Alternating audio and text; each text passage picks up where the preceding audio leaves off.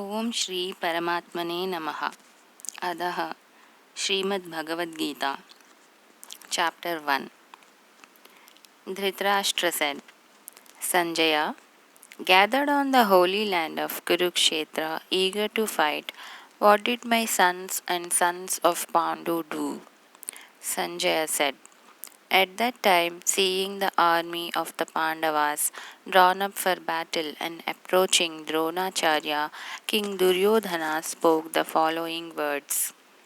Behold, O revered master, the mighty army of the sons of Pandu, arrayed for battle by your talented pupil, Drishtadyumna, son of Tripada.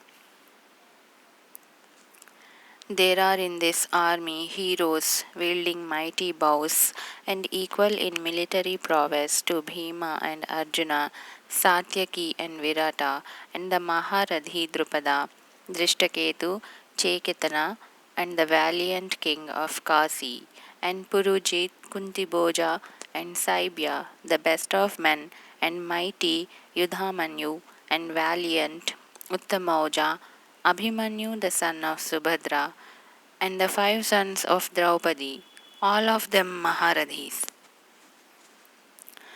O best of Brahmanas, know them also who are the principal warriors on our side, the generals of my army. For your information, I mention them. Yourself and Bhishma and Karna and Kripa, who is ever victorious in battle, and even so Ashwadhama, Vikarna, and Bhurishrava, the son of Somadatta. And there are many other heroes, all skilled in warfare, equipped with various weapons and missiles, who have staked their lives for me.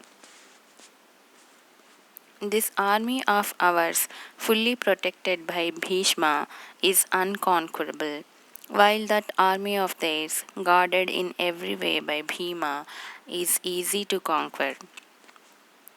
Therefore, stationed in your respective positions on all fronts, do you all guard Bhishma in particular on all sides. The grand old man of the Kaurava race, their glorious grand patriarch Bhishma, cheering up Duryodhana, roared terribly like a lion and blew his conch. Then conches, kettle drums, tabors, drums, and trumpets blared forth all at once, and the noise was tumultuous. Then, seated in a glorious chariot drawn by white horses, Sri Krishna as well as Arjuna blew their celestial conches. Sri Krishna blew his conch named Panchajanya, Arjuna Devadatta, while Bhima of ferocious deeds blew his mighty conch Poundra. King Yudhishthira, son of Kunti, blew his conch Ananta Vijaya, while Nakula and Sahadeva blew theirs, known as Sughosa and Manipushpaka respectively. And the excellent archer, the king of Kasi and Sikhandi, the Maharathi, Drishtadyumna and Virata, and invincible Satyaki, Drupada, as well as the 5 sons of Draupadi and the mighty armed Abhimanyu, son of Subhadra, all of them, O Lord of the earth, severally blew their respective conches from all sides.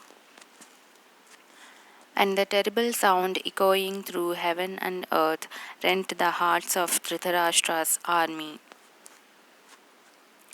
Now, O Lord of the earth, seeing your sons arrayed against him, and when missiles were ready to be hurled, Arjuna, who had the figure of Hanuman on the flag of his chariot, took up his bow and then addressed the following words to Sri Krishna. Krishna, place my chariot between the 2 armies and keep it there till I have carefully observed these warriors drawn up for battle and have seen with whom I have to engage in this fight. I shall have a look at the well-wishers of evil-minded Duryodhana in this war, whoever have assembled on his side and are ready for the fight. Sanjaya said, O king, thus addressed by Arjuna, Sri Krishna placed the magnificent chariot between the two armies in front of Bhishma, Drona, and all the kings, and said, Arjuna, behold these Kauravas assembled here. Now Arjuna saw stationed there in both the armies his uncles, granduncles, teachers, even great granduncles, maternal uncles, brothers and cousins, sons and nephews and grandnephews, even so friends, fathers in law, and well wishers as well. Seeing all the relations present there, Arjuna was overcome with deep compassion and spoke thus in sorrow. Arjuna said, Krishna, as I see these kinsmen arrayed for battle, my limbs give away, and my mouth is getting parched. Nay, a shiver runs through my body, and hair stands on end. The bow Gandiva slips away from my hand, and my skin too burns all over. My mind is whirling, as it were, and I can no longer hold myself steady. And Keshava, I see omens of evil, nor do I see any good in killing my kinsmen in battle. Krishna, I do not covet victory, nor kingdom, nor pleasures. Govinda, of what use will kingdom or luxuries or even life be to us? Those very persons for whose sake we covet the kingdom, luxuries, and pleasures, teachers, uncles, sons, and nephews, and even so granduncles and great granduncles, maternal uncles, fathers in law, grandnephews, brothers in law, and other relations are here arrayed on the battlefield, staking their lives and wealth. O slayer of Madhu, I do not want to kill them, though they may slay me, even for the sovereignty over the three worlds, how much the less for the kingdom here on earth.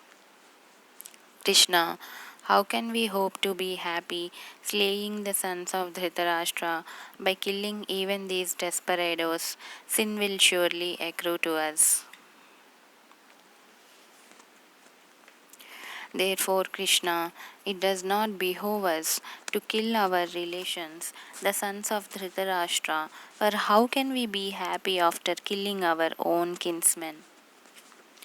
Even though these people, with their mind blinded by greed, perceive no evil in destroying their own race and no sin in treason to friends, why should not we, O Krishna, who see clearly the sin accruing from the destruction of one's family, think of desisting from committing this sin?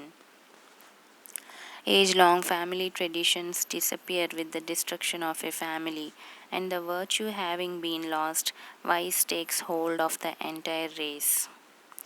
With the preponderance of vice, Krishna, the women of the family become corrupt, and with the corruption of woman, O descendant of Vrishni, there ensues an intermixture of castes.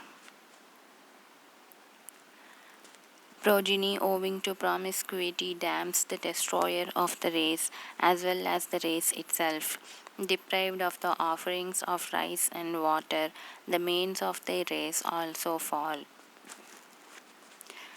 Through these evils, bringing about an intermixture of castes, the age long caste traditions and family customs of the killers of kinsmen get extinct.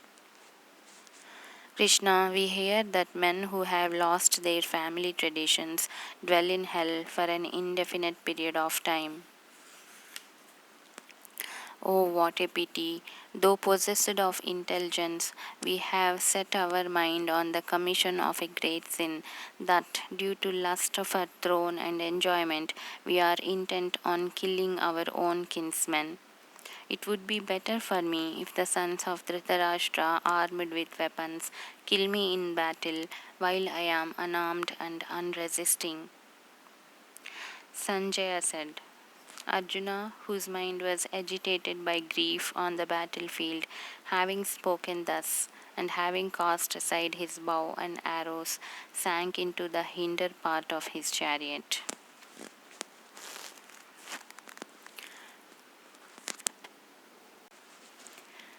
Thus, in the Upanishad sung by the Lord, the science of Brahma, the scripture of Yoga, the dialogue between Sri Krishna and Arjuna ends the first chapter entitled The Yoga of Dejection of Arjuna.